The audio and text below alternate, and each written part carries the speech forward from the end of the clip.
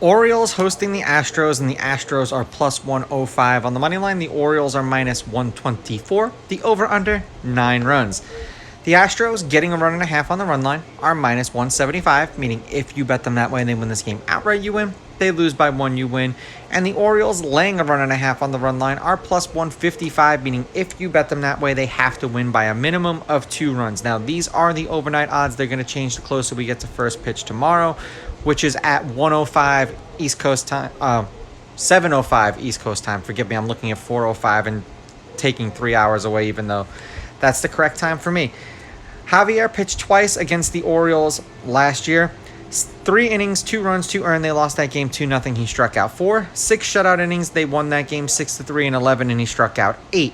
The Astros have lost his last 3 appearances. They are 5-5 in his last 10.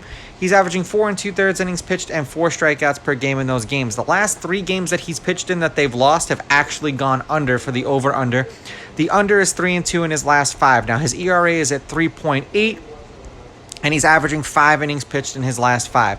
His last 2 outings, he's allowed 3 earned runs, striking out 4 and striking out 9, then 2 earned runs, striking out 5, then 3 earned runs, striking out 7, and then 8 runs, striking out 4.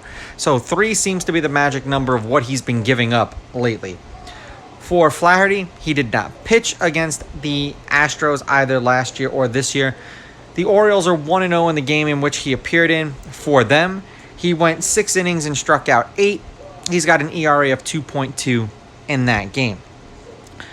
The under has hit in 3 out of his last 5 games. Not that that really makes much of a difference because he's on a new team now, but it is what it is.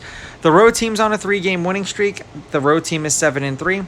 The Orioles are 6-4 against the Astros in their last 10. The Astros have won the last 3 games, and I am so glad that I set the cash out value for this game because I did bet the Orioles on the money line at plus 125, and it cashed out. And then when I saw that the Astros came back in the 9th to score 4 runs and win the game, I was very, very happy that I didn't lose that way.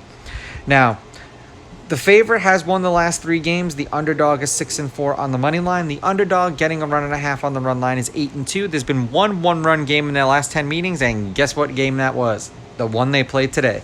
The over is hit in their last 3. The under is 6-4, and the under 9 is 6-3-1 in their last 10. The only game they've played so far this year was the game they played today, and the Astros came back and won 7-6. The Astros are 7-3 in their last 10, 3-1 in their last 4. The over has hit in their last 2. The over is 3-1 in their last 4, and the over is 6-4 in their last 10.